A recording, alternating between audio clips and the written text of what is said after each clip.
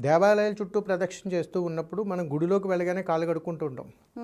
కాళ్ళు కడుక్కుంటున్నంతసేపు కాళ్ళు ఆరేలోపు మన ప్రదక్షిణ కూడా అయిపోతుంది. అలా అయిపోయాం తల్లి. ఇంకా మోక్షం ఎక్కడొస్తుంది? ఎందుకు అమ్మ నాన్నలకి అట్లా ఈశ్వరుడి సంకల్పంలో చెబుతారంటే, నేను జగదృష్టికారిని కానీ ఈ సృష్టి మొత్తానికి నేనే ఆధారభూతం, కర్త కర్మ క్రియ మొత్తం నేనే అయినా నీ జన్మకు పుట్టుకకు గల కారణం ఎవరైతే ఉన్నారో వాళ్ళే నీకు తొలి దైవంతో సమానము. వారికి నమస్కరించిన తర్వాత నాకు నమస్కారం చెయ్యాలని అంటాం. అందుకని ఇంటి దగ్గర నుంచి మనం బయలుదేరి గుడికి వెళ్ళినప్పుడు కాళ్ళు కడుక్కుంటాం. ఈ కాళ్ళు కడుక్కున్నప్పుడు మనం చేయవలసినటువంటి తొలి పని ఏమిటనంటే గుడి శిఖరం వైపు చూడాలి. ఎప్పుడైతే శిఖరం వైపు చూసామో మన ఆత్మ ఎంతో ఆనందపడుతూ ఆత్మానందం పొందుతూ ఈ దేహంలోనికి వచ్చినటువంటి ఆత్మ మనల్ని సన్మార్గంలో తీసుకెళ్ళటం కోసం ఆ ఆత్మ చేయాల్సిన పని మొదలు పెడుతుంది. అప్పటి వరకు మనకి ఇబ్బందులు వస్తూనే ఉంటాయి తల్లి. అందుకని ఆ శిఖరం పైన చూడగానే పితృదేవతల సంచారం జరుగుతుంటుంది.